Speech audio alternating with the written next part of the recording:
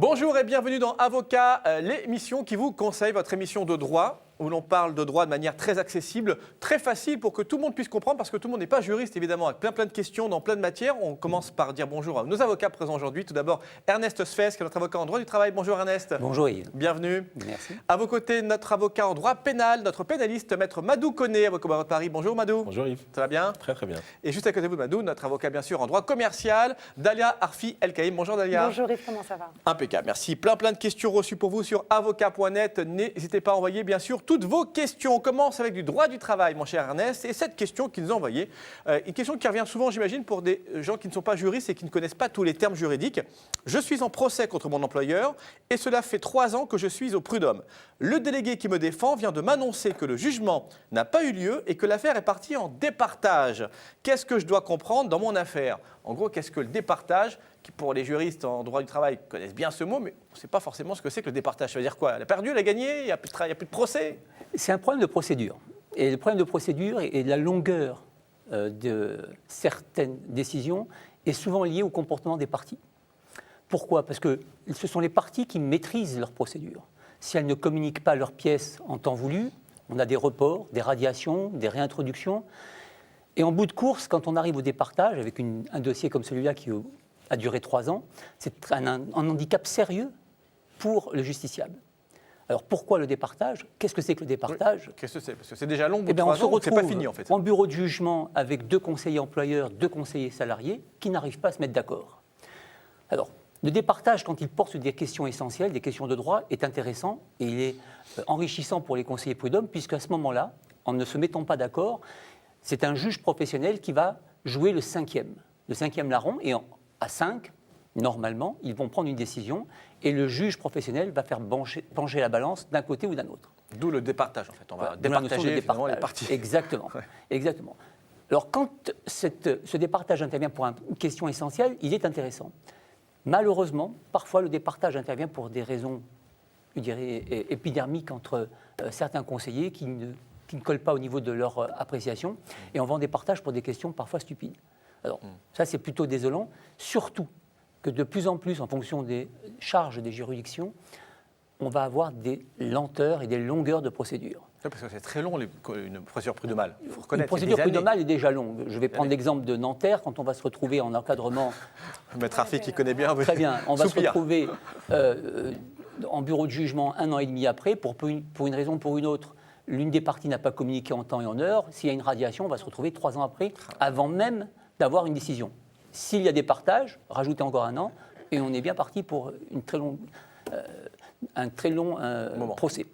Et d'ailleurs, la France est parfois condamnée pour la longueur de la procédure. Donc c'était devant la Cour européenne. Donc c'est un point important pour signaler. La longueur de la procédure, quand elle est dépendante des conseillers prud'hommes, ce n'est pas normal. Mais quand elle est dépendante des parties qui ont commis, entre guillemets, des longueurs dans leur communication de pièces ou dans leur procédure, ce sont elles qui sont responsables de cette longueur. Et le départage intervient effectivement en arbitrage. Alors l'avantage et l'inconvénient du départage, c'est que l'on a déjà une décision qui est appréciée par un juge professionnel et qui a pris le sentiment des deux parties. Quand je dis partie, c'est partie salariée, partie employeur. Mais on a aussi un problème parfois, c'est que le départage ne se passe pas comme il devrait se passer.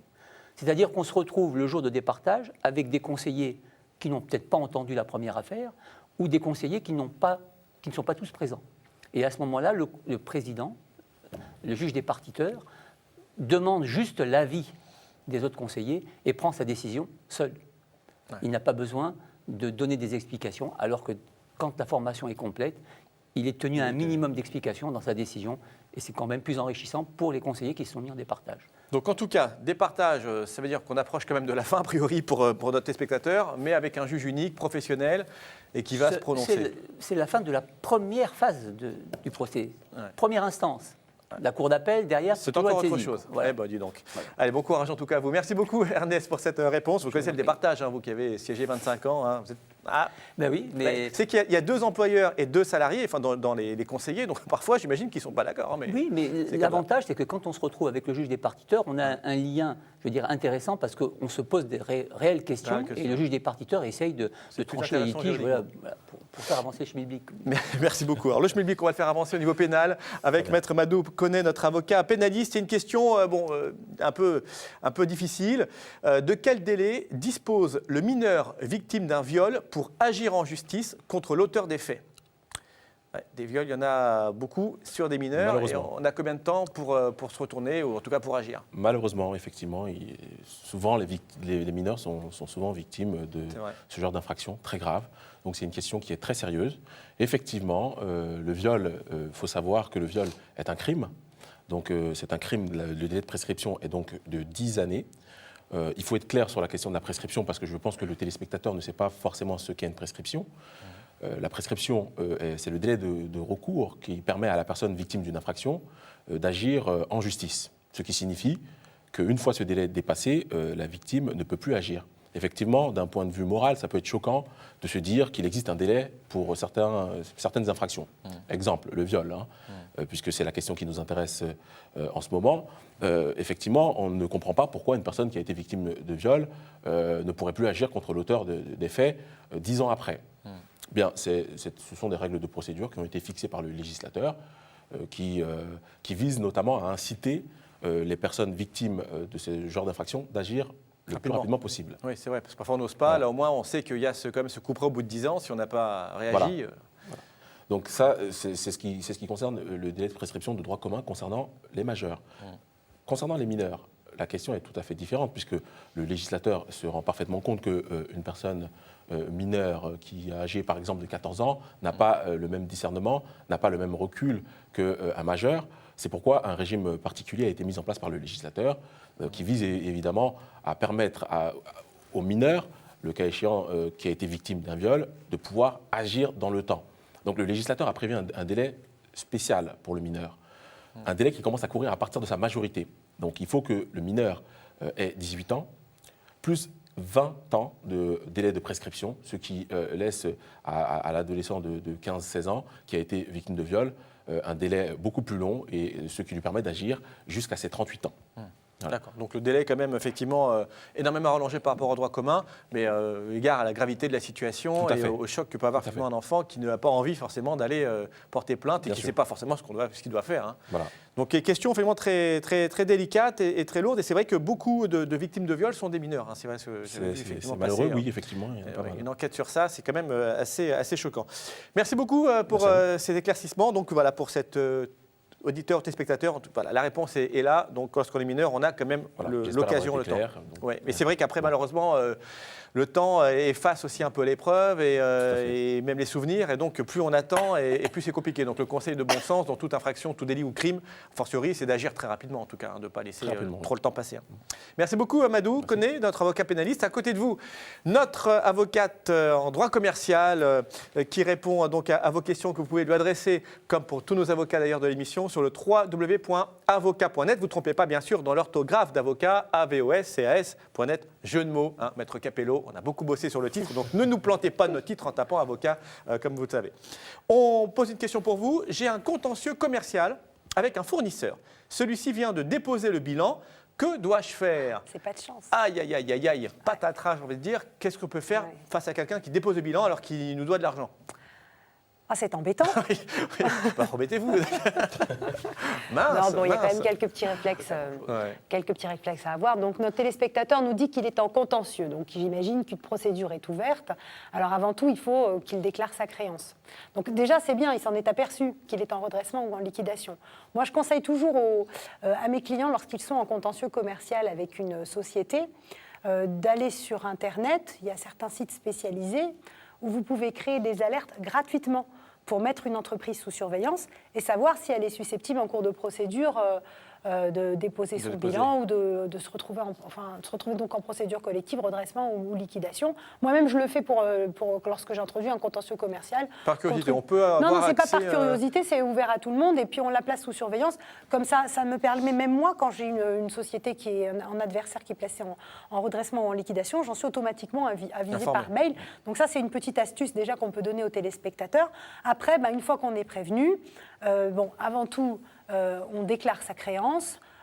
Donc, alors, soit on est dans l'hypothèse d'un redressement judiciaire qui peut être soit un redressement judiciaire simplifié, c'est-à-dire qu'on va avoir un administrateur judiciaire qui va avoir un rôle d'accompagnement du dirigeant d'entreprise qui continue à gérer son affaire, soit on a un redressement habituel et dans ces cas-là, donc il y a un administrateur judiciaire qui prend en charge la gestion de la société, soit l'entreprise est placée en liquidation judiciaire. Mais dans les deux cas, il faut effectivement déclarer sa créance. Comment on fait comment ? On fait un recommandé avec accusé de réception. Après, il y a tout un formalisme il n'y a pas de formalisme au niveau de la présentation, si vous voulez. Il faut juste que la créance soit bien identifiable, que ce soit la personne concernée ou une personne dûment mandatée avec mandat annexé qui fasse cette déclaration de créance, et on indique le maximum de renseignements possibles. De quel montant il s'agit, s'il y a des intérêts, on essaye dans la mesure du possible de les calculer. On dit est-ce qu'on a une sûreté qui a été prise ou pas de sûreté, donc par exemple un nantissement pris ou pas, donc ça, il faut le préciser. Et puis, on précise également quel est le contentieux en cours. Si une décision, par exemple, de première instance a déjà été rendue, on va l'annexer, on va citer la décision et on va l'annexer. Et donc, on va adresser cette déclaration de créance par courrier recommandé avec accusé de réception à l'administrateur judiciaire ou au mandataire liquidateur. Ça peut être fait par l'avocat, ça, bien sûr. Alors, ça peut être fait par avocat. On n'a pas besoin de justifier d'un pouvoir spécial. Il faut bien quand même qu'en tant qu'avocat, on serve à quelque chose de façon extrêmement efficace. Oui. Mais c'est pas pour autant qu'on va passer, parce qu'on est avocat, c'est pas pour autant que notre créance va passer avant les autres. Ouais. Parce que dans le cas de notre téléspectateur, vraisemblablement, c'est une créance dite de nature chirographaire. C'est-à-dire qu'il va passer après un certain nombre de gens. Il va passer après les salariés, qui ont un super privilège, qui, du fait de leur créance, passent avant tout le monde pour être payés. Ça, c'est la première chose. Il va passer après les organismes sociaux, l'URSSAF, après les impôts. Et donc, il va être dans le lot des créanciers chirographaires. Ceux qui auront une sûreté, par exemple un nantissement, ils vont passer avant ceux qui n'ont pas de sûreté. Et puis finalement, notre pauvre ceux qui monsieur, n'ont rien, alors est-ce que les yeux pour pleurer, si je comprends bien. Alors, déjà, par rapport à la déclaration, pour en revenir à la déclaration. Il a coupé la télé, on m'a dit dans le casque. Non. Il ne faut plus rien entendre. Déjà qu'il fasse les choses bien. Donc, qu'il fasse sa déclaration de créance. Il a 15 jours pour la faire à compter de la publication dans ce qu'on appelle le BODAC. Il a 15 jours pour y procéder. Si jamais, effectivement, il est titulaire d'une sûreté, eh bien, ce délai de quinzaine commencera à courir à partir du moment où le mandataire liquidateur ou l'administrateur judiciaire va lui écrire, parce que quand on a une sûreté, on vous écrit. Et puis, s'il est à l'extérieur de France, il a effectivement un peu plus de temps pour un délai supplémentaire pour déclarer sa créance. Donc, déclarer sa créance, appeler en la cause, parce que si on est en redressement, c'est quand même intéressant de continuer son procès. Donc, on appelle en la cause pour effectivement faire jouer la garantie. Et enfin, en désespoir de cause, on sollicite un certificat d'irrecouvrabilité auprès du mandataire judiciaire, ce qui va permettre au final de récupérer au moins sa TVA, la TVA qui aura été engagée. Et on peut éventuellement faire jouer la clause de réserve de propriété dans le contrat s'il y en a une pour récupérer sa marchandise. Ça peut être aussi une petite astuce. Bon, donc il y a quand même plusieurs possibilités, c'est ça, bon courage, parce que si vous êtes en bout de fil, il ne vous reste pas grand-chose, effectivement. Bon, en tout cas, il y a quand même moyen de se retourner et puis aller voir un avocat. Je pense que c'est quand même le conseil de sagesse. Merci beaucoup, Dalia Arfi-Elkaïm, notre avocate en droit commercial. Merci à tous les trois, Maître Madou Koné, Maître Ernest Fez et Dalia Arfi-Elkaïm, pour vos réponses précises. Rendez-vous très prochainement pour un autre avocat avec toutes vos questions que vous nous envoyez, bien sûr, sans aucune hésitation et sans modération sur le avocat.net. À très bientôt, salut.